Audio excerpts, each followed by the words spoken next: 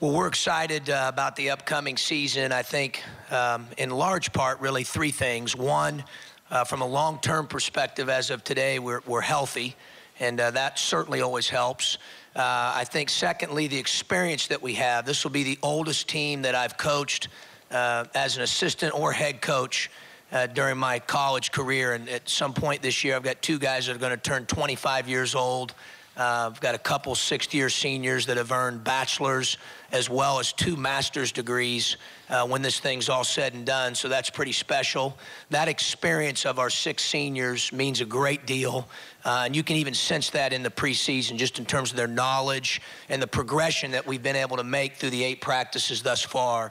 You know, the third reason would be just the outstanding spring, summer, and fall that our group of men had, the collective buy-in of our group with everything that we've been through, I think is as strong as certainly I've seen it as a head coach or been a part of. We've had years where individual players or a handful of players have had extraordinary off seasons, and obviously we certainly acknowledge that, and we've had teams that have worked hard. I certainly don't want to make you feel that way, but the collective buy-in of the entire group in spring, summer, and fall was just tremendous, and saw a lot of gains, especially in the weight room with strength and conditioning, and a couple things that we locked in on with each player throughout the offseason. I thought the guys really addressed those things and came back a lot better individually and a lot better as a team as we started preseason practice for us on October the 3rd. So with those 3 things working in combination and concert,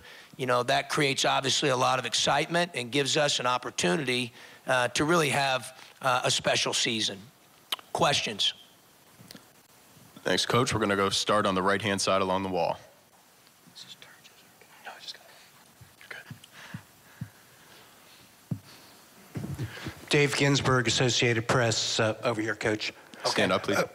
Sure. Thank you. Thank you, Dave. Coach, you're here in D.C., Big Ten offices in New York. What do you think about the shift and the expansion of the conference to include the East Coast, you know, from what was once the Midwest completely? Well, I think it's great, number one. Number two, you know, we've talked about not just visiting here, but living here. You know, we have 8,500 alums in New York, between 6,000 and 7,000 here in D.C., and that's just Illinois. That doesn't even include the Big Ten footprint for the East Coast area in terms of what, you know, the number of alums that we have from the 14 institutions. So, you know, obviously it makes a lot of sense. I think it's great for us to branch out and really be in this area. We recruit in this area. Our alums are in this area. And, you know, we're just excited about this new opportunity that we have, you know, to play, to be here today in D.C., and then, you know, obviously to play the Big Ten tournament here. It'll be special for our players. Let's go left-hand side, middle, back row.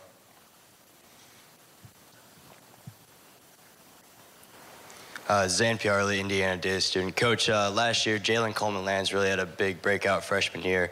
What kind of improvements have you seen from him in the offseason, and what kind of role can we expect him to play this year? Well, the biggest thing with Jalen is he's changed his body, you know, and I mentioned strength and conditioning with all 16 of our men, but Jalen is certainly, it's very pronounced when you see pictures of him when he first came in versus what his body looks like now. His conditioning is much improved. It's been well documented. You know, last year he missed all of summer and fall training camp leading into the season. So he's had more training. I think he's more ready. He knows the system a lot better, both offensively and defensively. You know, we're excited about what the future holds for him, not only this year, but moving forward even beyond that.